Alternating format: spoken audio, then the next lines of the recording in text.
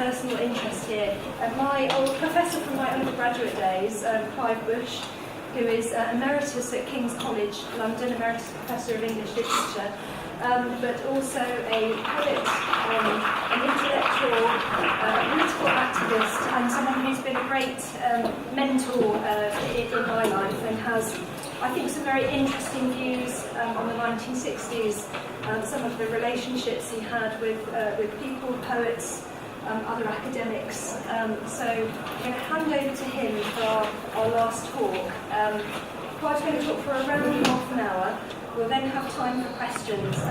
We need to finish fairly promptly because then Ruth and I are doing a walk at 4:30 for any of you who have any remaining drops of energy. But I think lastly I wanted to say thank you for everybody's participation today, because things like this are essentially collaborative. So on which note, I'll hand over to Professor Bush. Sorry.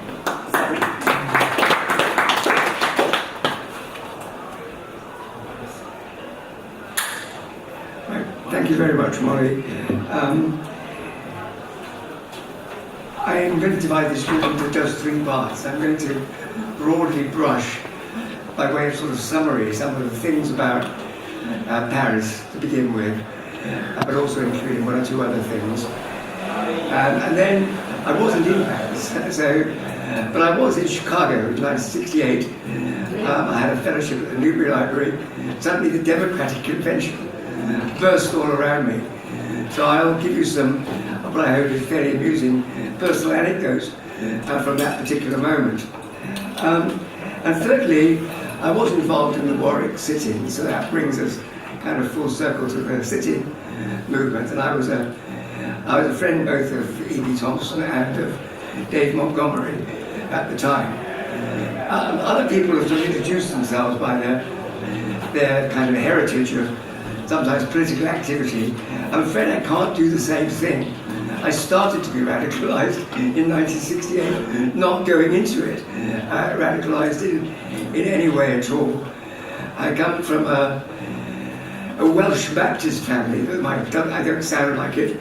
And my father was a minister. Neither sex nor politics was mentioned in my upbringing, and I gloriously found both in the 60s. So that's the background. The only advantage, I think, of being a Welsh Baptist minister's son in a small town in Chippenham was that we grew up with a very Welsh conviction that both music and literature was extremely important. And we had a Victorian existence, family prayers, where you had to discuss Milton, the Bible, and Bunyan, very seriously before you went to school. So that is not, amazing that I ended up as a professor of literature. Anyway, that's just to give you my context. I come with to 68, with absolutely no radical convictions whatsoever. But as Edward Thompson always used to say to us, remember that people have got to start somewhere, sometime. And I think that's a very, very important message. It can happen at any time of life. It can happen when you're young, it can happen when you're old. The point is that it happens. So the broad brush to start with, I'm just going to do a rather crude comparison. People have mentioned the Vietnam War, and I want to add to that Cold War.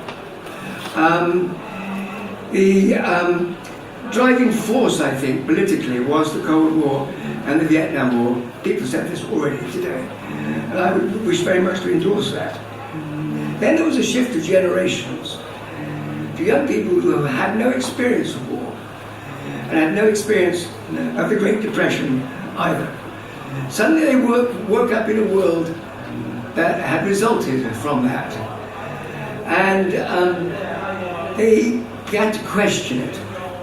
And I think perhaps you can say the questioning was a little bit luxurious. They hadn't had that experience behind them. At the same time, again, as people have said already today, in many ways this was a social revolution, though I would not rule out the political consequences of it.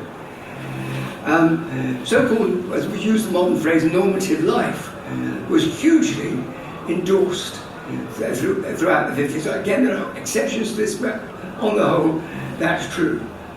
And the young people began, I think, or I did, I suppose, question two orthodoxies. And again, I'm simplifying grotesquely. First of all, the Marxist-Leninism of the Soviet Union as butchered by Stalin. And as we all know here, I'm sure, the idea is by revolution to give power to the working class, transferring to them from the dominant bourgeois class the ownership of capital, the means of production. The resulting dictatorship of the proletariat will create the new world, which will be further developed by the workers in different ways. Historical actuality, the dictatorship of Stalin had killed off all the leading Bolsheviks by 1935, every single one of them. That's another story, another lecture, I'm afraid.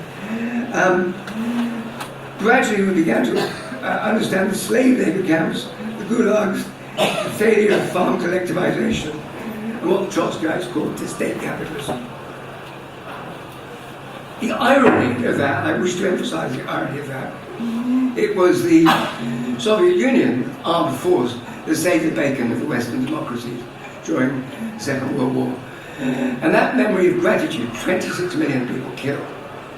And Stalingrad, is much more important than Guadalcanal or Dunkirk. And I think the memory of that was lingered with gratitude among many on the left, even when they began to find out what Stalinism was actually about. Let's now, for example, E.D. Thompson, my friend E.D. Thompson, and his friend Dave Montgomery only came out of the Communist Party with the Hungarian uprising in the mid-50s. The loyalty extended to that moment, and then they came out. In the United States, let's look at the other side of the Cold War, ideologically opposed to any idea of collectivization. There was an American studies expert party. I know there were many attempts at it in various ways. The freed individual would automatically rise up, realize the American dream, which of course was basically making money, raising a family and providing for the children without interference from the state. This dream of individual effort, of course, actually if you look at the present economic analysis, largely, quite a large number of Americans, obviously not working class, obviously not black people, obviously not women, but a large section, you could improve yourself more or less with a bit of luck if you were white enough or bourgeois enough or had a bit of luck, up to about 1975. It's from 1975 that if you start looking at the curve, the economic curve, the rich some get richer and richer, and the poor either go on a level plane or start falling down. So you start again, just to mirror the comments about the Soviet Union. The historical actuality, of course, that America or the United States was in many ways a violently racist country. It had been founded in genocide and in slavery. Its history of endlessly defeated labor movements and struggles, often with the ruthless murder of union activists, left them with an impoverished working class and serious black ghettos in major cities, not to mention the rural poor, and both black and white. We forget, I think, these days that the 1950s in the United States produced a huge wave of strikes, particularly in the steel industries. And then I think rising prosperity began to leach into that kind of activity. As we come to the 60s, lynchings and murders were endemic in the South. But the great disparity between rich and poor in America did not begin in our own time. It was started and accelerated post-Civil War in America, when the state, instead of floating bonds on the market, printed money. And that money went into arms, it went into railways, and that huge accumulation of capital produced people like the Rockefellers, the Carnegies, J.P. Morgans, and so on. So that by 1900, almost just 1% or 2% of wealth in America was owned by the 1 or 2%, and the rest already were going down. So Just to finish off the United States for the moment, of course, 1960s sit-ins and so on, I'm going to deal with that now, was actually kicked off in the United States. In 1964, the 1st of October 1964, with the free speech movement in Berkeley, University of California. 200 students occupied the Spruill Hall Administration Building in defense of the First Amendment of free speech. So in a way, this sort of sit-in was born, copying workers' occupations of factories and so on. Switch to Paris, and there are links between Berkeley and Spruill Hall and Paris. The 20th of March, 68, American Express office in Paris, was a demonstration by the French National Vietnam Committee. I can't emphasize how big protests against Vietnam were in defining the 60s. A protester, well known at the University of Nanterre, was arrested. Somebody called Daniel Cohn-Bendit, and I'm surprised he's not been mentioned this afternoon or this morning. I did. You did mention it, right? I must have been deaf. I beg your pardon. Daniel Cohn-Bendit used the movement to organise defence of those arrested at the American Express office. So what was it? And the movement accelerated from there. So what was it all about? Well, again, it's very difficult to define this in strictly old-fashioned political terms. It really wasn't that. But what happened was that a French Minister of Sport went to the University of Nanterre to open the new swimming pool. And he said things like, young people are getting married early, their main goal was to succeed in life, they weren't interested in politics, there wouldn't be another war, a successful industry, domestic tranquility, and cohesiveness of the population was the essential things. So Daniel Cohn-Bendit put up his hand and said, what about sexual problems? To which the minister then replied, all you have to do is dive 3 times into the swimming pool and you'll be fine. And of course, Daniel Cohn-Bendit went on from there. There's a serious, although trivial, there's a serious point to all this. Because also, what I want to say now is that apparently trivial exchange, I think, was a sort of litmus paper which began to indicate what I call the expansion, other people might call it dereliction, the expansion of political discourse and political analysis. Now, this didn't happen in '68. Somebody mentioned Wilhelm Reich earlier, it produced a bit of a laugh. But Wilhelm Reich's best book was not The Function of the Orgasm, which was kind of, to me, just hypothesizing some kind of naturalistic thing. But in 1935, he wrote a book called The Mass Psychology of Fascism. And it's still a very underread book. Reich was a Marxist and a pupil of Freud. Now, those two camps were completely separate in the 1930s.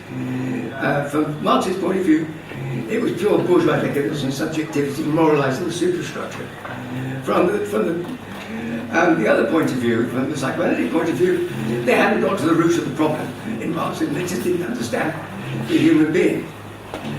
So then that debate goes on from there, and again, we do many lectures to describe the new attempt to get those 2 points of view. I don't mean pure Marxism or pure Freudianism, but the areas that they covered together in some kind of analysis.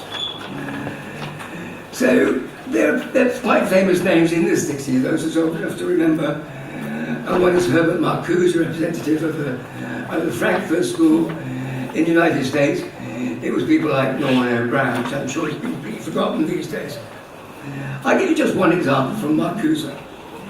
And this is from his book Eros and Civilization.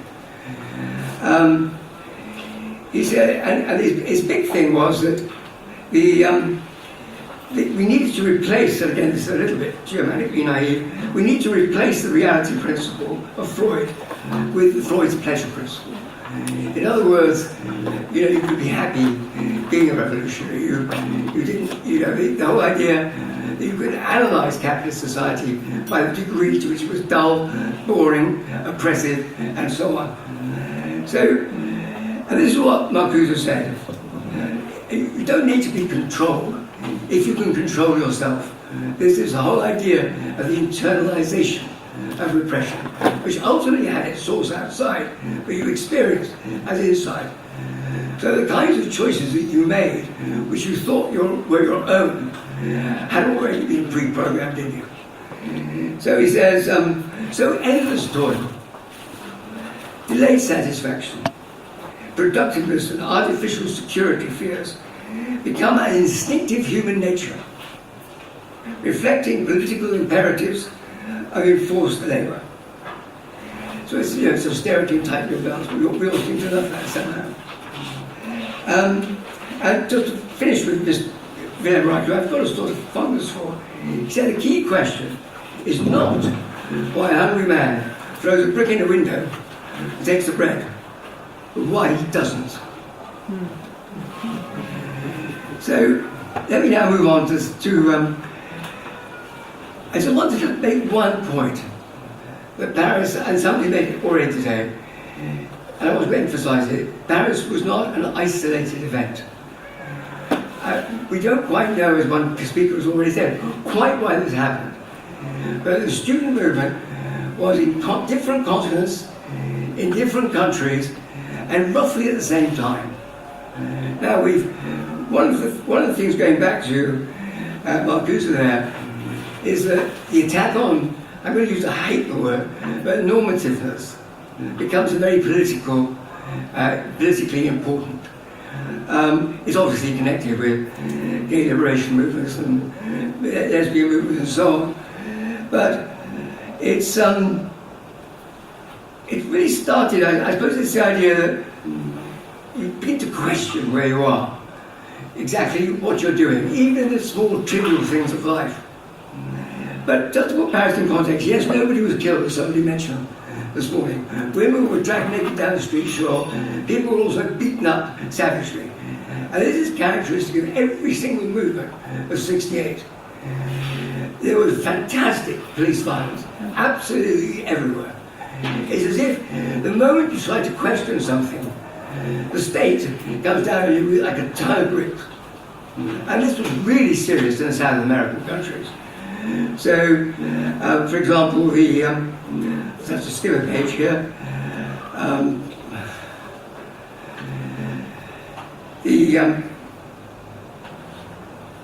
In Mexico, in October the 2nd, in 1968, in the Plaza de las Tres Culturas, 400 university and high school students were gunned down and killed by police.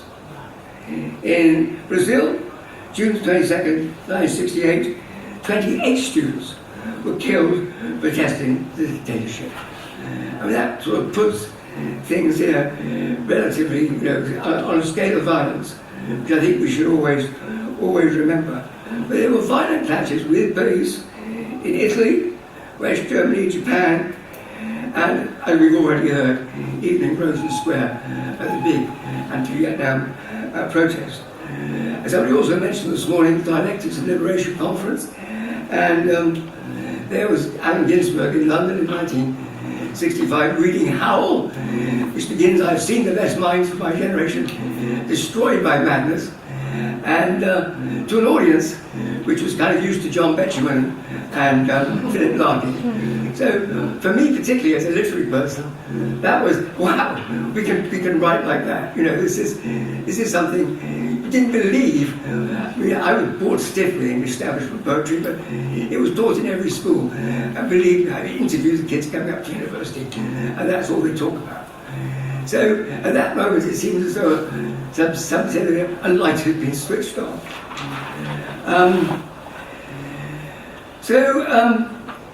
I think what came out of it was a sense that you could challenge the system.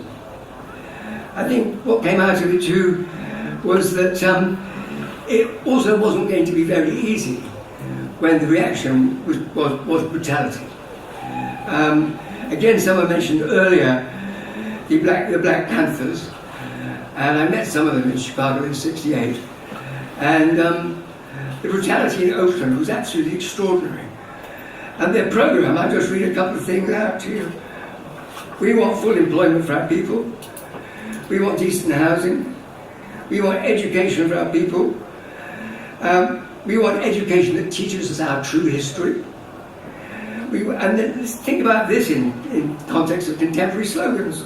We wanted immediate end to police brutality and the murder of black people. That was 1968. That was the Black Panthers. I got 15 demands down there, but I just picked out those. Let me now move very quickly to Chicago, where I inadvertently happened to be. And this is the not very serious part of it. I had tremendous culture shock going to Chicago. I come from a kind of sort of Wiltshire, north and south, and there I was among these great skyscrapers, and it was absolutely incredibly hot and humid. I didn't have air conditioning either. The other thing was that the atmosphere was tense. Not just Bobby Kennedy had been shot, but of course Martin Luther King and also Malcolm X. The racial tension in Chicago was fantastic at that particular time. And you can still see from the Sears building all the fired out areas of the city which still hadn't been dealt with or treated at all. I was personally very upset by Martin Luther King's death.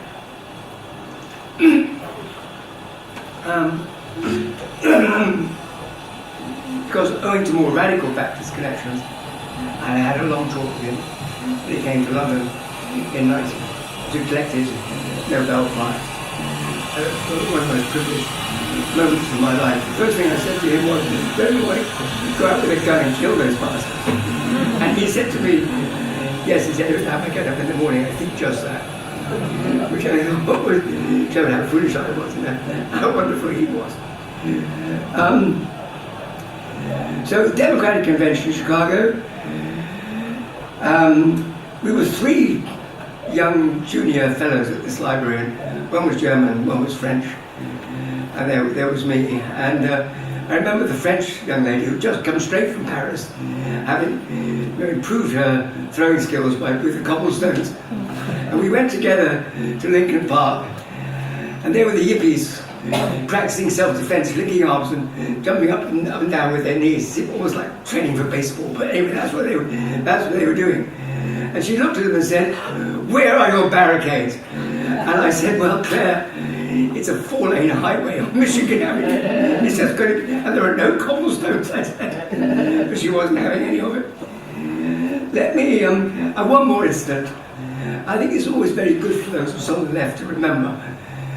I then visited University of Pennsylvania, which is a very posh Ivy League school, where my brother had a fellowship in economics. And so visually it was extraordinary. It was an intersecting park, neat cut lawns, people returning, from their holidays, all bronze, everybody seemed to be white as white. And women were all wearing sandals, very perfectly tanned, in one piece, slightly, toned down colours. And their blokes were in black shoes, white socks, shorts, and a neat little t-shirt, and with crew cuts. And they were going down to classes, 2 by 2 like Noah's Ark. And I'd just come from Clark Street in Chicago. I thought, which is America? Finally, I spotted a long-haired guy under a tree playing guitar with nice long hair, which I also had in those days. I thought, oh, that's somebody I can go and talk to. So I went over to him and said, "Boy, you're a bit relieved from that lot." And he said, "Where are you from?" I said, "No." I said, "Where are you from?" He said, "I'm from Liverpool." So that's just a little personal moment about someone, much more to be said about it politically, of course. I got my eye on the time morning. Warwick. E.P. Thompson sought me out. We'd had a pamphlet war, like we always do. Somebody said text weren't important, and everybody sort of disagreed. And I'd written a piece on authoritarianism in education and the specialist subject in a hierarchical department with just a head in charge. And I was at a sort of general meeting in the city, and then Thompson came in and said, "Who wrote this? Who wrote this?" And I thought, "Oh, God." And he read out the first line. I thought, "God, that's me." And he said, "Marvellous, marvellous, marvellous." And so that's how I met E.P. Thompson. So I just want to give another. Again, as the other speakers have done, what were the reasons for the Warwick system? Well, of course, there were multiple. There was the protest against the Vietnam War, the doubt of normality, there was also the fact, unlike Bristol, we'd been refused a students' union by the then Vice-Chancellor, Jack Butterworth. We used to call him Jolly Jack. And also from the junior staff like myself, this sense of kind of authoritarian hierarchy within the university administration. The university had initially been promised to Coventry, in Coventry, where we could really have linked with the ordinary people of Coventry. But they put it between Warwick and Coventry and developed it with what it's now become, a complete corporate university town with every building named after a corporation. But I didn't realise that was going to happen at the time. Thompson did. That was the interesting thing. So one night I was called up by the. I'd been in the student sittings. I thought they were looking a bit bored. This is a professor side of me coming out. So I took my classes up there, and one section I remember particularly wonderfully was when I did many courses. I was doing a drama course. The topic of the week happened to be breasts, Caucasian chalk circle. And I went up there and I cycloside the first scene for everybody. And I had an audience of about 250. And the discussion went on for about 3 or 4 hours. It was absolutely marvellous. It was a utopian moment of liberated education. I'm afraid it's one of the very few I've actually had. And there were talks in the sittings by E.P. Thompson. And David Montgomery was, how many people know David Montgomery? I thought there'd be a few. David was over just for a year. David had been a major union organizer of the steelworks in the United States. And he talked like somebody summoning you to a strike. In the end, he thought we were all very pathetic at Warwick. He said, close the damn place down. He said, don't give in, And perhaps we should have done so, I don't know. Anyway, so some students rang me up one night and said, we're occupying the Vice-Chancellor's office. I thought they'd call me up because I'd taken some classes there. And we'd broken into some of the files, and they looked kind of interesting. And would you come over at 9:30 at night? I had a class prep tomorrow. I wasn't at all pleased. Anyway, I drove over there, and they showed me various files that they'd taken. They hadn't broken in, actually. The drawer was open.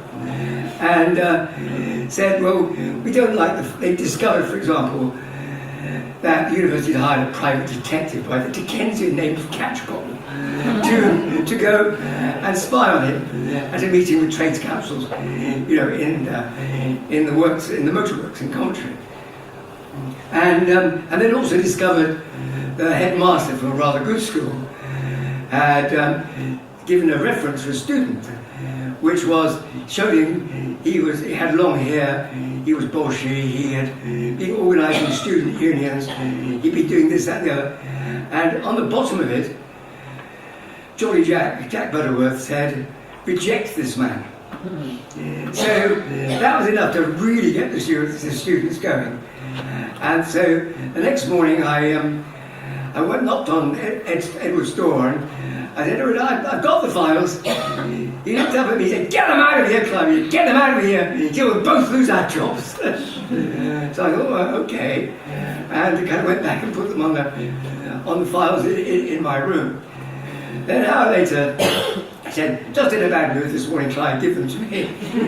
And then there was a kind of committee formed at Warwick University Limited, which is now, goodness, they've been reprinted 1,000 times, and you can buy it in corporate Warwick, in the bookshop, and came into being. And I think it's actually a wonderful piece of work. It was done very quickly by Thompson got a lot of help from people in the sittings and produced, and basically it simply prophesied what the universities have now become. And he knew long before anywhere else Warwick was the model for the privatisation and corporatisation of the university system. The rest is now history. He saw it. I didn't quite grasp it at the time, but he did, certainly. So I just want to read you. How much have I got left, Molly? 2 minutes? Aim for 2. Sorry? Aim for 2. Aim for 2. I can do that. So I'll finish with a wonderful quotation from Edward from Warwick University Limited. Could we get light on? Oh, sorry, it's a weird switch. You lean against it. Thanks. Oh, I think I'm stepping on something, am I? No, it's you lean against the switch. Okay. Yes. So this is from Warwick University Limited. Perhaps wraps up the day in a way with a comment on that. A great writer on the sit-ins. He says the one unmistakable means of identification of academicus superciliosus is that he overreacts to any sign of independent or student self-activity. Even a polite deputation or petition throws him into a tizzy. His life is lived in a kind of awe of propriety in capital letters. Whatever the students or the younger staff do is wrong, since it is always embarrassing him in some delicate tactical maneuver in a higher committee. If he disagrees with student demands, he will not go and argue it out with them face to face in a rational way, but he will thumb through old Senate minutes and utter a low disciplinary hiss. Right, that's very small type here. He encourages an atmosphere of institutional loyalty, which would have astonished the undergraduates of 14th century Oxford or of 18th century Cambridge, there's a historian speaking, in which it appears as somehow sensational and disloyal for any member of staff to voice publicly at a student meeting criticisms of university policy, that's me by the way, or even sharply expressed intellectual disagreements. Hence, the students are defrauded of some of the essential intellectual dialectic from which their own orientations should be worked out. Above all, any serious episode of student unrest, a sit-in, a rough music, a heckling, is received with lowered voices, as if it was some aboriginal calamity. We may leave him there, walking backwards into the sea to his final academically respectable glug, glug, glug, as the waves cover his liberal brow. Thank you.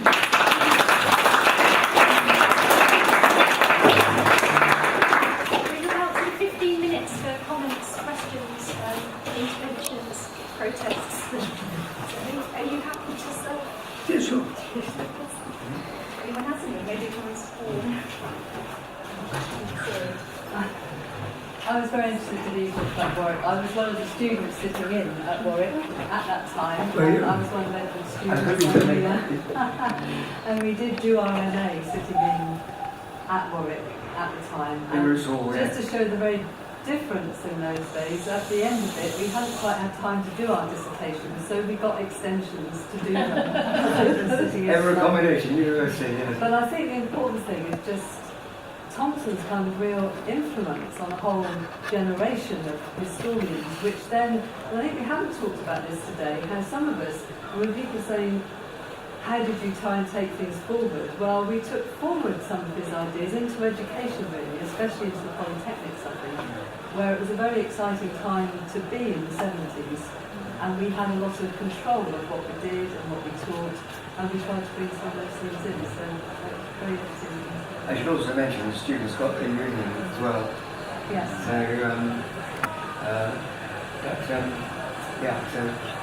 for me it was a start of, and throughout the 70s I read Marx seriously for the first time, and I thought to myself, well, that was all finished, it was a bit beyond the time, and everything seemed to kind of, not feminist, because they were going up with stuff. The old heterosexual thing, right there, it's like different. And but it certainly spurred me into really trying to find out. I was there, I still that was the thing, which was most helpful. Yeah, there's one thing that I haven't heard much is really what fed into 68. And one of the things I haven't really heard talked much about at this conference is what fed into 68. And in fact, the whole Beat generation, in terms of at least the English-speaking world, was a huge influence on what went on in 1968. We also had people like, at least in the United States, Paul Goodman, and other older generation thinkers that a lot of the people within 68 looked up to and got ideas from. And I think, that carrying on to the younger generation is a really essential thing. There's another point that it's always struck me that with the post-World War II baby boom, at least in the first world nations, you had like the largest number of people between the ages of 16 and 24 having all those hormones happening than you've ever had in the history of the world. And that history is often tied into the development of what are 16 to 24-year-olds doing generally. And so you have this revolutionary fervor, you have this sort of sexual liberation, you have a lot of this stuff that's really associated, I think, with human development between certain ages. Betty Green in her Feminine Mistakes also made the point that American women in the 50s were having more babies than women in India. Which is a fact that actually astonished me when I read that. You're right, demographics is very important here. Yeah.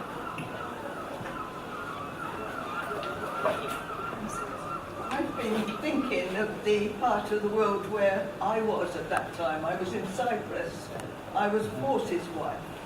And my husband did top secret maps. They'd had to move the map depot out of Egypt and put it into Cyprus fast as Egypt had blown at the end of the 50s. We had a lot of national service people, young men around, which was great because it started to challenge some of the things that the army had always done. But CND was around, and because I'd been picketing on the gates of Aldermaston in 58, they tried to say it was my fault because top secret maps were going out with CND signs in the corner. There were maps of Cyprus and other parts of the Middle East going through, and they were putting their names in the villages. Wonderful. It was like, and one or two of them actually ended up in Colchester in prison because they put CND signs. The big kit bags have a round bottom. They put CND sign painted on the bottom.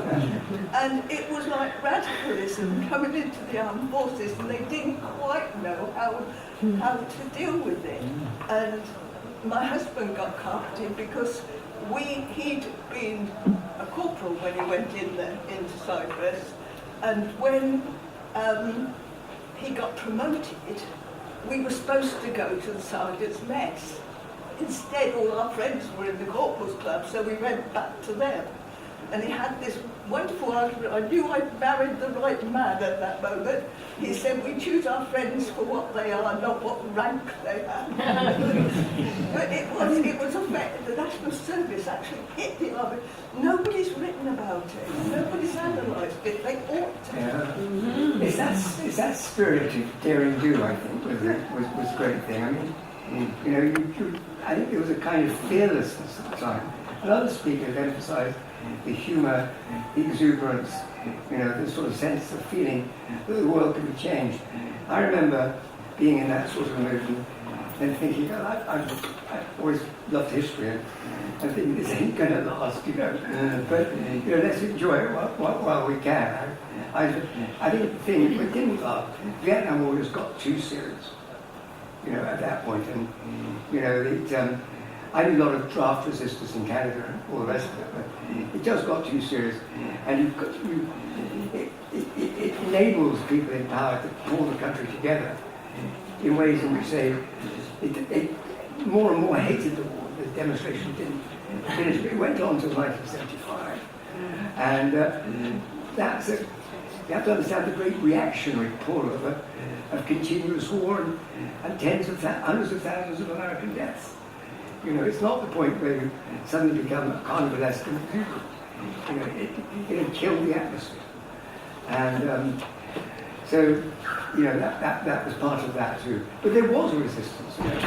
I mean, even my own sort of non-political upbringing said, in order to be a person, you had to be a dissenter. So I guess that psychology fed into, what I later began to understand. And it was very heartwarming. Yeah. I'm really glad you mentioned the International Poetry I hear it's not so Incarnation. good. So the International Poetry Incarnation, I'm really glad that you mentioned that, because that really exploded, it seems, counterculture in this country. I'm interested in would you agree that the big poets, or poets in general, gave some sort of ideological insemination to the 1960s? Oh, very much so. And if so, any particular examples? Well, I knew Allen Ginsberg quite well for a couple of Okay. years. Just lucky to be in that time and people like Allen Ginsberg. And because our time was shortened, I was going to finish with precisely that. I was going to talk about the poetry particularly. I do write poetry, and I'm very much part of something called the British Poetry Revival, which nobody's ever heard about. It's the same reason people don't discuss the 60s anymore. So it's a great reaction. And we were very influenced by the American poets. There were much, it wasn't just Ginsberg. And what I did at Warwick University was institute a weekly poetry reading, in which I invited poets from South America, North America, France, and my own little group, which was rebelling. It is over 10 years of poetry. We had a whole weekend for Allen Ginsberg in 1979.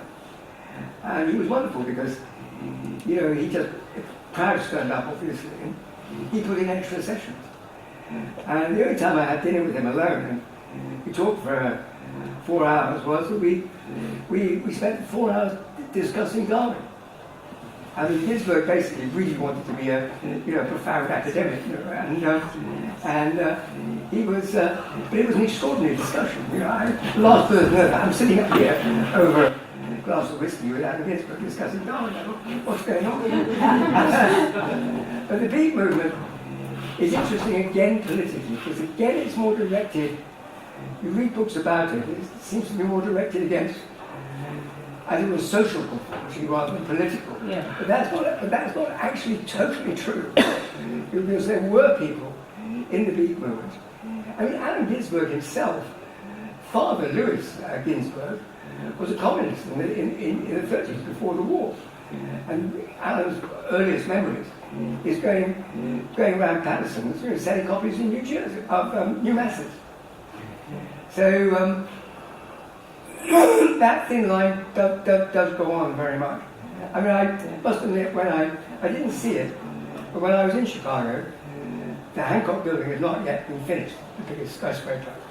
And Allen Ginsberg was sitting in front of it. He'd gone Buddhist by that time, clinking his finger symbols and chanting Om to exercise the spirit of capitalism. And my God, very sceptical British, well, that's damn well going to work, isn't it? So, but that gives you some idea of the spirit of the time. Sorry, so many hands here. Could I be excused for sounding a downbeat note, do you think?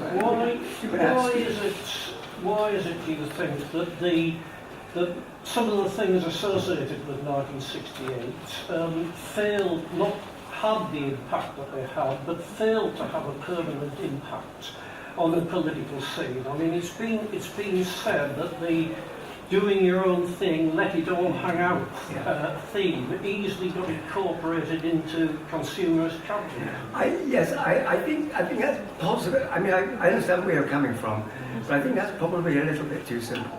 I think it's what I would have expanded more on, had I had the time. But the political discourse changed. You could no longer believe in the Stalin's version of Marxist-Leninism.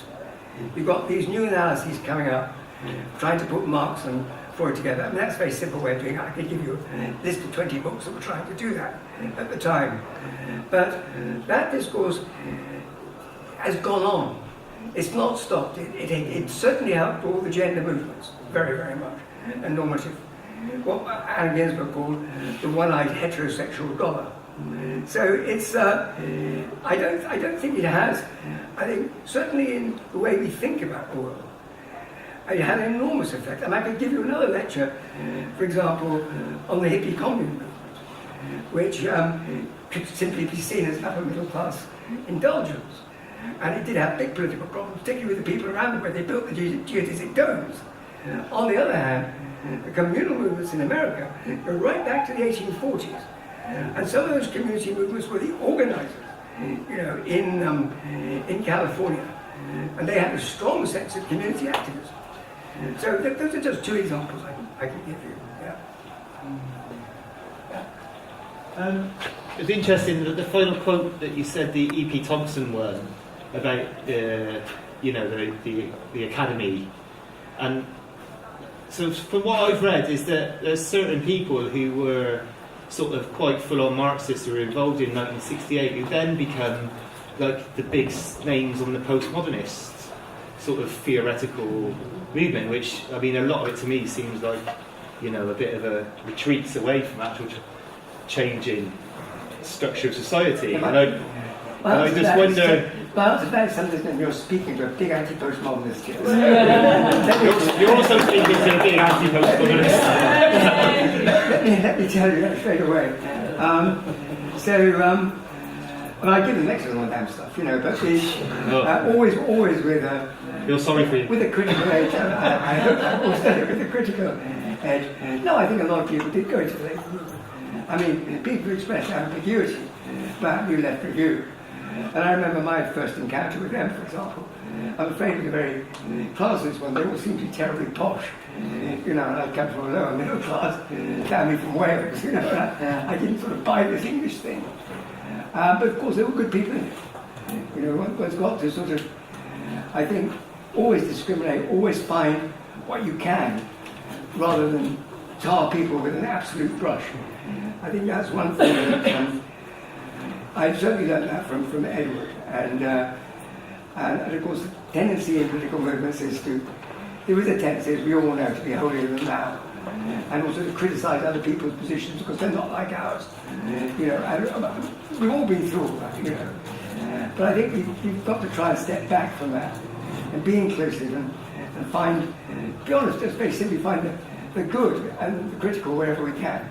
But do you think that shift to postmodernism? So I was at university in 1996. Oh God, I just had to learn all that. I don't think 68 was at all. I think it came from somewhere completely different. You don't think it came out of... Yeah. I mean, the last really sort of political person was Jean-Paul Sartre. And of course he was still very much engaged with the Marxist dialectic. I'm one of those stupid people who read the whole of the critique of dialectical reason. But after that, you've got this, it's a structuralist movement that comes in, beginning with Claude Lévi-Strauss and anthropologists like that, and Foucault to a certain extent. And then you've got the Derrida and Lacan and all those names that come up in every PhD preface I've ever marked. But I think Foucault was kind of half political in some ways. And when one of his last interviews, somebody said, well, what do you think of Jean-Paul Sartre? I mean, Foucault was strenuously non-dialectical, Deleuze and Guattari, strenuously non-dialectical. There were rhizomes and some natural analogy and field thing. Aristotle was dead, wasn't important, all of that. I remember thinking at the time, you just can't chuck out Aristotle like that.